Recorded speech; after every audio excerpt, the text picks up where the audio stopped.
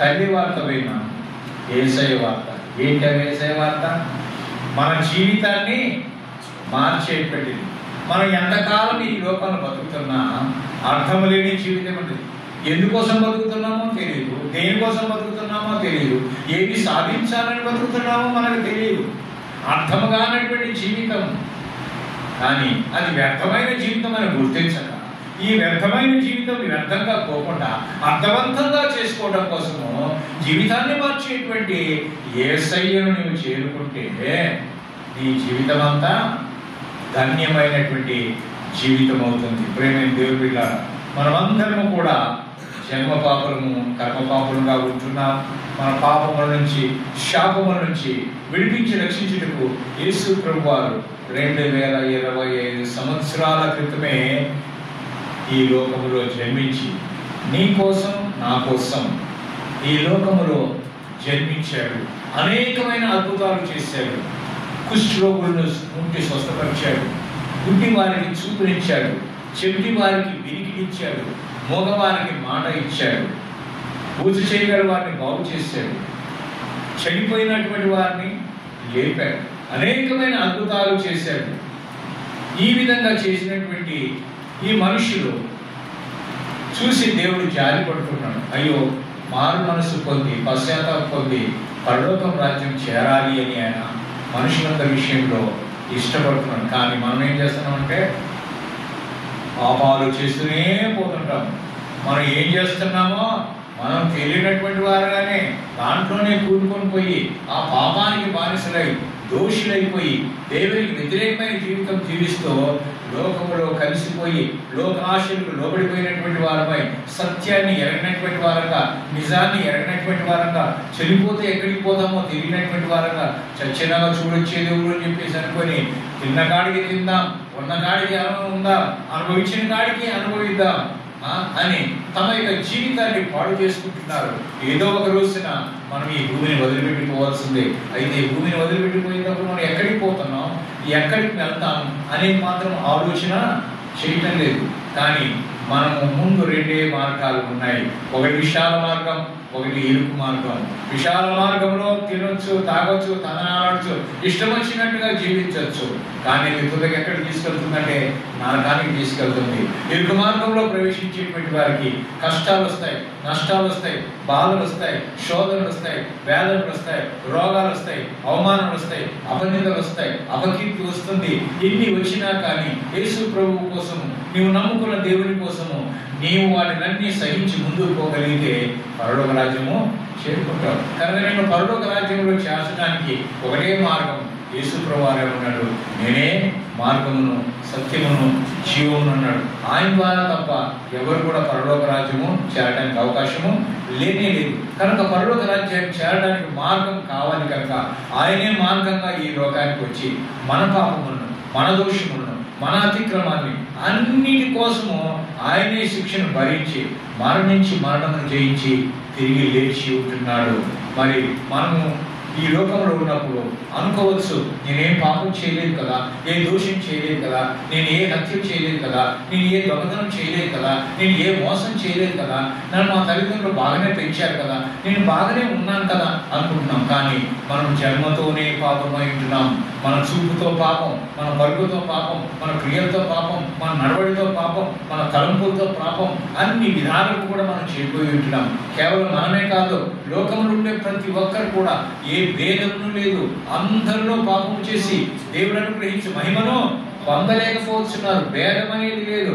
ఆడోళ్ళని, మగోళ్ళని, లేకపోతే గొప్పవారని, పేదవారని, నల్లవాడని, తెల్లవాడని, ఆ దేశం వాడని, ఈ దేశం వాడని, ఆ భాష మాట్లాడని, ఈ భాష మాట్లాడని, ఏ భేదము కూడా లేదు. అందరు కూడా పాపం చేస్తున్నారు. కనుక ఆ పాపము నుంచి, పాపం అంటే ఏంటి? కామము, మోహం, లోభం, మదము, ఆశ్చర్యం, కుళ్ళు, కుతంత్రం, ఈర్ష, దేశం, తాల్పోతనం, విచ్చలవిడిగా వ్యభిచారం, దొంగతనం, అండి మరి అబద్ధాలాడటం, మోసాలు చేయటం, అన్యాయం చేయటం, దోచుకోవడం, ఇవన్నీ కూడా పాపాలే. వీటిలో ఏదో ఒకదానికి మానవుడు బానిసైపోయారు. ఆ బానిసత్వం నుంచి విడిపించడానికి యేసు ప్రభు వారు వచ్చారు. ఆయన స్వేచ్ఛనివ్వడానికి వచ్చారు. పాపిని ప్రేమిస్తున్నాడు. దేవుడు ప్రేమ స్వరూపి కనుక పాపిని ప్రేమిస్తున్నాడు, పాపాన్ని ద్వేషిస్తున్నాడు. ఆయన పరిశుద్ధుడు కనుక పాపిని శిక్షిస్తాడు, పాపాన్ని కూడా శిక్షిస్తాడు. కనుక ఆ పాపము నుంచి, ఆ శాపము నుంచి విడిపించడానికి యేసు ప్రభు వచ్చాడు. ఒకవేళ నీవు అంగీకరించకపోతే ఎక్కడికి పోతావు అంటే అగ్నిగుండములో వేయబడతావు. పాపానికి శిక్ష ఏంటి? మరణం. ఆ మరణం అనేది రెండవ మరణం. ఆ రెండవ మరణం అనేది నిత్య శిక్ష.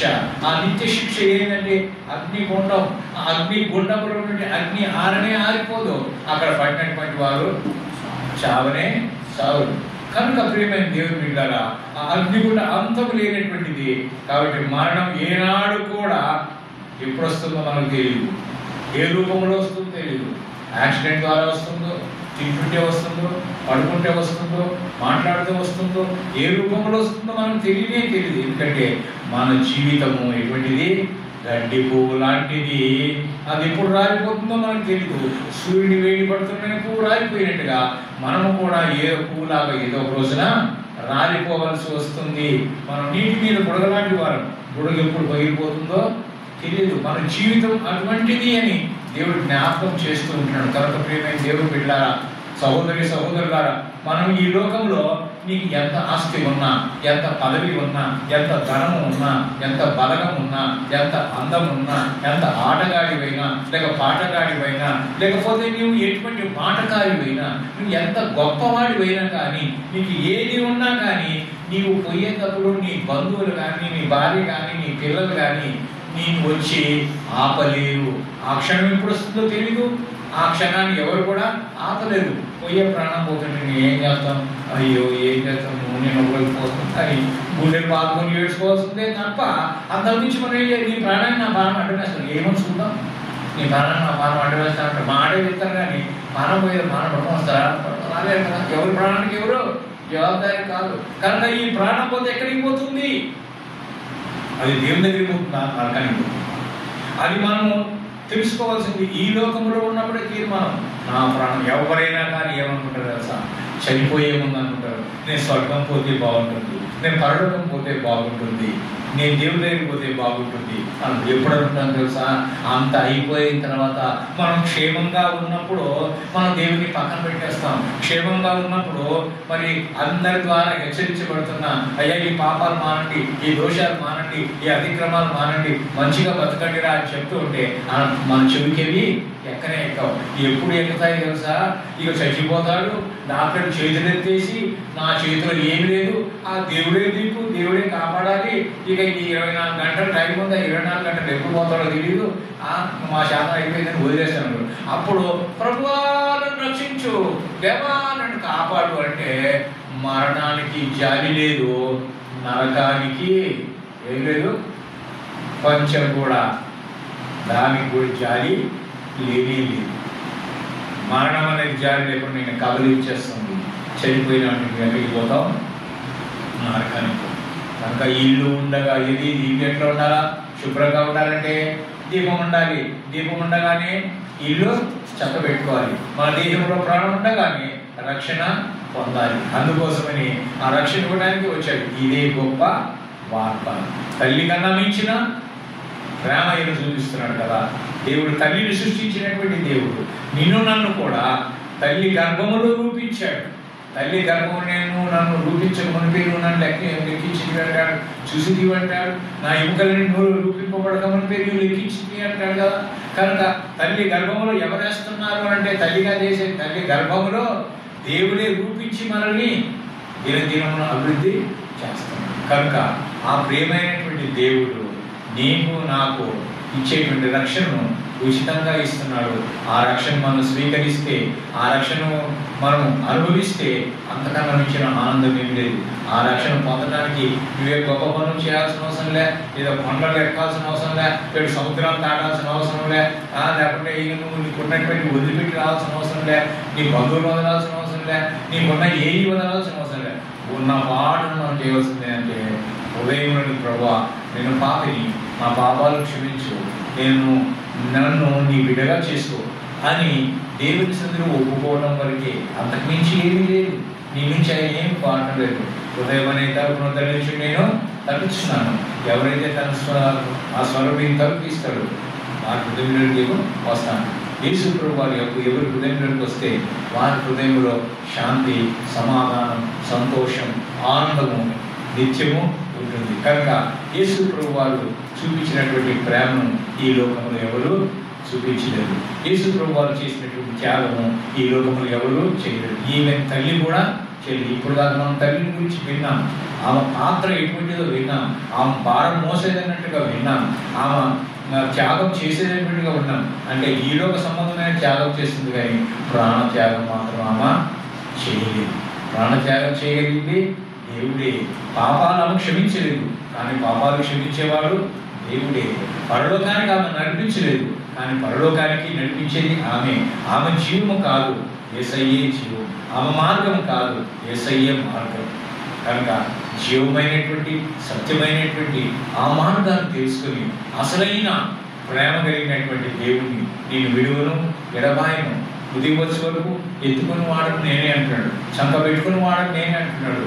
ముది వచ్చే వరకు ఎత్తుకోవడమే కాదు, తలనెట్టుగా పెట్టుకుని మన నెరిసే వరకు సందర్భ పెట్టుకునేటువంటి వాడు మోకాలపై ఆడించు అంటాడు.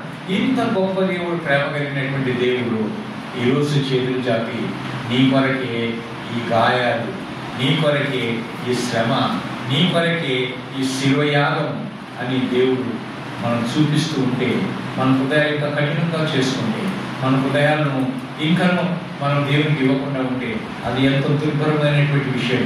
ఏదో ఒక రోజున మనము ఈ లోకాన్ని వదిలిపెట్టినప్పుడు అయ్యో నాకు ఎవరు చెప్పలేదే, చెప్పింటే నేను ప్రభు నమ్ముకునేటువంటి నేను ఈ నరకానికి వచ్చేటువంటి కాదు కదా అని చెప్పేసి అనేటువంటి అవకాశం ఉంటుంది. ఎందుకంటే మీకు బోధించబడుతుంది, మీకు చెప్పబడతాను, అనేక ద్వారా మీకు హెచ్చరికలు చేయబడుతున్నాయి, కానీ నీవు వినకుండా ఉండడానికి నీవే కారణం. కనుక ఈ లోకాశలు, ఈ లోకంలో ఉండేటివన్నీ కూడా నేను పడవేస్తాయి, ఆకర్షిస్తాయి, దూరం చేస్తాయి నేను దూరం దేవుడి నుంచి. కనుక అటు మీద కాకుండా మనం మనసు మార్చుకుంటే ఆయన అడిగేది ఒకటి, ఒకప్పుడు తాగాను ఇప్పుడు తాగను, ఒకప్పుడు అబద్ధం ఆడాను ఇప్పుడు అబద్ధం ఆడను, ఒకప్పుడు దొంగతనం చేశాను ఇప్పుడు దొంగతనం చేయను, ఒకప్పుడు మోసం చేశాను ఇప్పుడు మోసం చేయను, ఒకప్పుడు చెడుగా తిరిగాను ఇప్పుడు తిరగను, ఒకప్పుడు చెడు సహవాసం చేశాను ఇప్పుడు చేయను. ఇదే కదా ఆయన అడిగేది. అంతగానే నీ చేయమని అడుగుతున్నాడా? ఏం అడగడం లేదు కదా. నీకు మంచి చేయమని అంటున్నాడు, మేలు చేయమంటున్నాడు, నీ చేతని ఉపకారం చేయమంటున్నాడు, దేవుని నమ్మకంగా ఉండంటున్నాడు, ప్రార్థన జీవితం కలిగి ఉండమంటున్నాడు, దేవునితో సన్నిహిత సహవాసం కలిగి ఉన్నామంటున్నాడు, పాపం నుండి దూరంగా ఉండమన్నాడు, పాపానికి దూరంగా పారిపో అంటున్నాడు. కనుక పాపం చేసే వారందరూ కూడా నరకానికి పాత్రవుతారు. పాపం నుంచి తప్పించుకున్నటువంటి వారందరూ కూడా ప్రభుతో కూడా సదాకాలం ఆయన పరలోక రాజ్యంలో ఉంటారు. కనుక ప్రేమైన దేవుడు బిడ్డారా, దేవుని యొక్క ప్రేమ శ్రేష్టమైనది, అనంతమైనది, శాశ్వతమైనది, నిత్యమైనది. ఆ ప్రేమను గుర్తించి ఆయనను నీవు ప్రేమించగలిగితే, ఆ ప్రేమను నువ్వు ఆస్వాదించగలిగితే, ఆ ప్రేమను నువ్వు అనుభవించగలిగితే, ఆ ప్రేమను నువ్వు పొందుకోగలిగితే అంతకన్నా ధన్యత ఏది లేదు. కనుక మీరు తీర్మానం చేసుకోండి, మీరు మనసును మార్చుకోండి, జీవితాన్ని మార్చుకోండి. ఒకవేళ నువ్వు పడిపోయిన స్థితిలో ఉన్నావేమో, తిరిగి ఆ పడిపోయిన స్థితి నుంచి లేవండి. ప్రభాని నిర్లక్ష్యం చేశాను, ప్రభా నేను ఉండవలసిన రీతిగా నేను ఉండలేకపోయాను, ఒకప్పుడు నేను ఉన్నత స్థితిలోకి వచ్చాను, రక్షణ పొంది విశ్వాసంలో ఎదుగుతున్నాను, అయితే లోకాశను బట్టో లేకపోతే లోక సమస్యలను బట్టో నేను తిరిగి పడిపోయాను, దయతో నన్ను క్షమించి నా చేయి బట్టి పైకి లేవెత్తి నన్ను నీ యొక్క స్థానంలో నిలబెట్టు, నీతో పాటు నేను నడిచే విధంగా నా చేయి నడిపించు ప్రభాని. నువ్వు ఎప్పుడైతే తిరిగి నిన్ను నీ పునరుద్ధరించుకుంటావో, దేవుని స్థితిలో ఒప్పుకుంటావో, ఆయన కరుణామైనటువంటి దేవుడు ఎంత పాపినైనా క్షమిస్తానన్నాడు. కనుక ఆయన క్షమించే దేవుడు, కరుణ కలిగిన దేవుడు. ఆయనతో వద్దాం.